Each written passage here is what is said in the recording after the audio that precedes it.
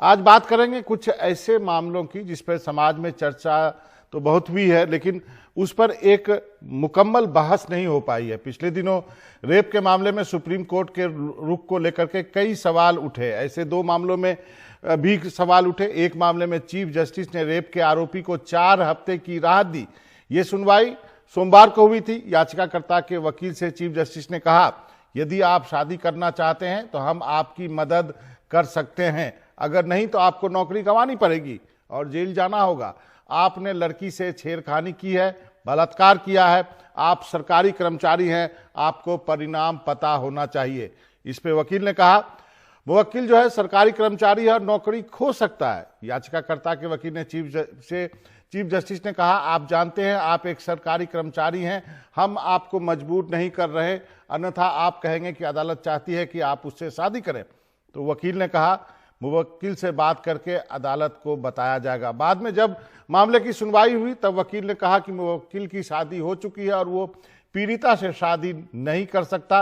मामला चल रहा है और मामले में आरोप तय नहीं किए गए हैं। सरकारी कर्मचारी होने के नाते गिरफ्तार किया जाता तो अपने आप निलंबन हो जाता। सुप्रीम कोर्ट ने कहा, पिछले 4 हफ्ते तक गिरफ्तार नहीं किया जाएगा, ये नियमित जमानत के लिए आवेदन कर सकते हैं। और इसी मामले पर सीपीएम के नेता और राज्यसभा की पूर्व सांसद वृंदा करात जी ने एक पत्र लिखा है चीफ जस्टिस ऑफ इंडिया को। मैडम, आपका बहुत बहुत शुक्रिया, आपने वक्त निकाला एनडीटीवी से बातचीत करने के लिए। आपने अपने चिट्ठी में क्या बात कही है? मुख्य सवाल ये है कि अगर न्यायपालिका में इस प्रकार की मानसिकता रेखांकित किया जाता है कि एक बलात्कारी को गिरफ्तार नहीं किया जाएगा अगर वो विक्टिम के साथ शादी करे, और अगर ये सुझाव मुख्य न्यायाधीश की तरफ से आता है, तो इससे स्पष्ट है कि हमारे जो न्यायिक प्रक्रिया है, जो न्याय की प्रक्रिया है, उसमें बहुत जबरदस्त गड़बड़ है। क्योंकि न्याय की प्रक्रिया में अगर बलात्कार की विक्टिम केंद्रित नहीं है उस प्रक्रिया में, और अगर बलात्कारी जो बलात्कारी है, जो अपराधी है, उसको आप ये चॉइस दे रहे हैं कि ठीक है तुमने बलात्कार तो कर लिया है, लेकिन अभी शिकार हुई लड़की के साथ शादी कर लो। मतलब इसका मतलब क्या है? इसका अर्थ क्या है? मतलब क्या विक्टिम की कोई फीलिंग्स नहीं है? विक्टिम की कोई, उनकी जो राय है उसकी कोई मूल्य नहीं है? क्या विक्टिम कोई रोबोट है और उसका रिमोट कंट्रोल है? अगर कोई कहे कि हाँ भैया शादी कर लो तो शादी कर लेगी, उसकी कोई फीलिंग्स नहीं है। तो ये जो पूरा जो प्रक्रिया रहा है, मैं समझती हूँ ये घोर अन्याय है। और मैं समझती हूँ कि समाज में जो एक मानसिकता है कि जो विक्टिम है उसी को बार बार विक्टिमाइज किया जाता है। ये जो टिप्पणियां की गई थी उस कोर्ट में, खुली कोर्ट में, ये सिर्फ अपमानित करने वाली बात नहीं है, लेकिन न्याय की प्रक्रिया को सिर के बल खड़ा करने वाली ये इस प्रकार की टिप्पणियां थी। इसलिए मैंने ये सुझाव दिया था कि ये बहुत बुरा असर इसका पड़ेगा, हर केस में बुरा असर पड़ेगा।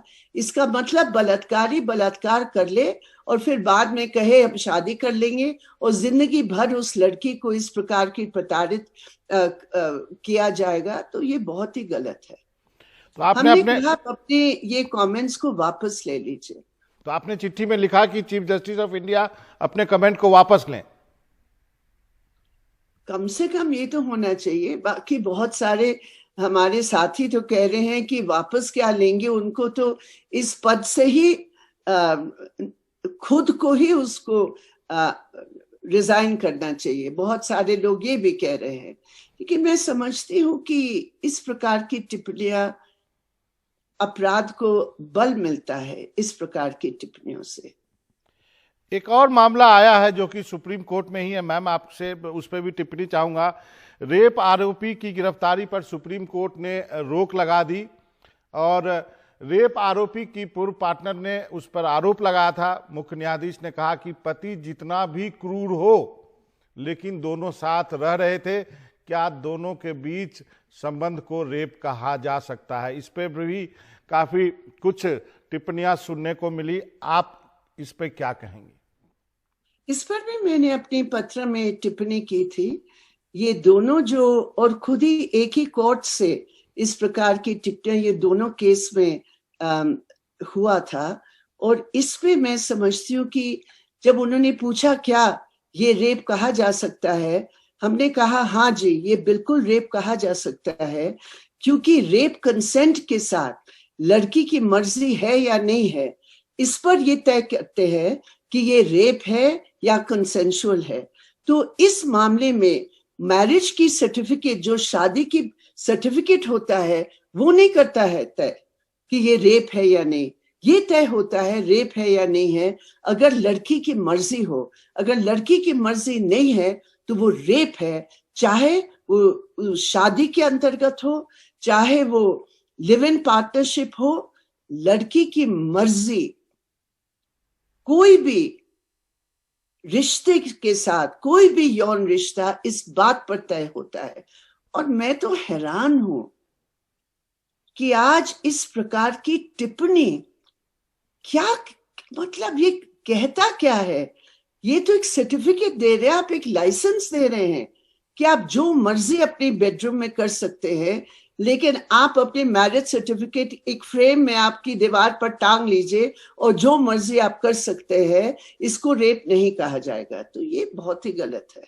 मेरे अब ऐसे बहुत सारे उदाहरण, एक आध उदाहरण आपको पढ़ के सुनाता हूं। मध्य प्रदेश के हाईकोर्ट ने छेड़छाड़ करने वाले को इस शर्त पे जमानत दे दी कि वो उस महिला को जाके राखी मांगे।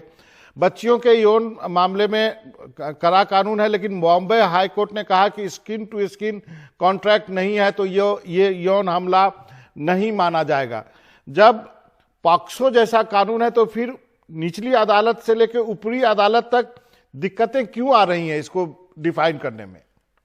मैं समझती हूं कि हमारे जो जुडिशियल ऑफिसर्स है ना, उनकी जो मानसिकता है, वो समाज की जो मापदंड होना चाहिए उसमें महिलाओं के प्रति उनका क्या रवैया है, या जाति प्रथा के बारे में उनका क्या रवैया है, ये भी तय होना चाहिए। इस समय आपने एक परीक्षा दे दी, उस पे अगर इस प्रकार की सवाल है कि कौन सा गाय सबसे बढ़िया है, कौन सी गाय की दूध या मूत्र सबसे बढ़िया है, इस प्रकार के अगर आप प्रश्न करते हैं साइंस के नाम पर, तो समाज की जो मुख्य मुद्दे हैं उसके ऊपर आप पर्दा लगाएंगे और उसके बारे में आप कोई मापदंड नहीं करेंगे तो यही होगा, यही नतीजा होगा। आप याद कीजिए भंवरी देवी के केस में जब ये कहा गया था कि कोई उच्च जाति के पुरुष कभी भी एक दलित औरत या तथाकथित लोअर कास्ट की औरत के साथ बलात्कार कर ही नहीं सकता है। ये भी इस प्रकार की टिप्पणियां भी राजस्थान के हाईकोर्ट में सुनने को मिला है। तो कास्ट के संबंध में या लिंग के संबंध में, दलितों के संबंध में जो अत्याचार होते हैं या महिलाओं के प्रति जो एक संवेदनशीलता की जरूरत है, या कम से कम आप कानून तो जानिए। आप मुख्य न्यायाधीश हैं, आप इस देश की सबसे उच्च अदालत में बैठे हैं, अरे कम से कम तो कानून को जानिए। एक अंतिम का सवाल है मैम, इन मामलों पर दिक्कत यह है कि हम समाज में, अपने घरों में भी बातें नहीं करते हैं। हम चाहते हैं कि किस तरह कारपेट के अंदर इस मुद्दों को दबा दिया जाए।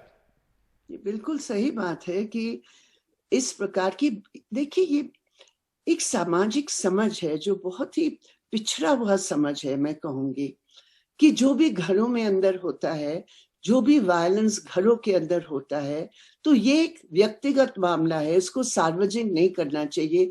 ये हमारे समाज के लिए बहुत ही खराब है। ये एक मानसिकता है, ये एक मनोवादी सोच है कि एक औरत की जो स्थान है या एक आदर्श नारी का एक स्थान है कि जो मर्जी जो तुम्हारे साथ होगा तुम्हें सहना चाहिए, तुम्हें सहनशीलता तुम्हारे लिए सबसे बड़ी गुण है। ये औरत की तथाकथित आदर्श औरत की एक समाज ने बहुत कन्वीनियंट एक मापदंड बनाया है, यानी कि औरत को दबाओ और समाज इस प्रकार आगे बढ़ेगा। हम महिला आंदोलन और बहुत सारे जो जनवाद पसंद लोग हैं, जो संविधान को समझते, उन्होंने इसको जबरदस्त तरीके से चुनौती दी है, चैलेंज किया है। लेकिन दुख इस बात की है, खेद इस बात की है, जब हमारे देश की सबसे उच्च न्यायालय में इस प्रकार की बातें होती हैं, जो समाज की सबसे पिछड़ा हुआ जो एक सोच है महिलाओं के प्रति, जो प्रतिक्रियावादी सोच है महिलाओं के प्रति। एक बलात्कार की लड़की, आपको याद होगा, एक महिला नेत्री ने एक बार कहा था कि वो जिंदा लाश है। ये बिल्कुल गलत समझ है। वो जिंदा लाश बिल्कुल नहीं है, वो जिंदा है। आप उसको लाश बनाने की प्रयास कर रहे हैं। और ये जो उन्होंने कहा, ये जो टिप्पणी की कि शादी कर लो, क्या वो लड़की इंसान नहीं है? उस लड़की से क्या पूछा गया है? सही कहा। उस लड़की से आपने कभी पूछा कि आप क्या चाहती हैं? जी मैम, आपने सही कहा। ये ऐसा मुद्दा है जिसपे हम बात करने से घबराते हैं, लेकिन आपने हिम्मत करी और इस ढंग से इस पर अपना विरोध जताया। आपका बहुत बहुत शुक्रिया, आपने वक्त निकाला इस इलेक्शन के टाइम में भी। बहुत बहुत धन्यवाद मैडम। Thank you.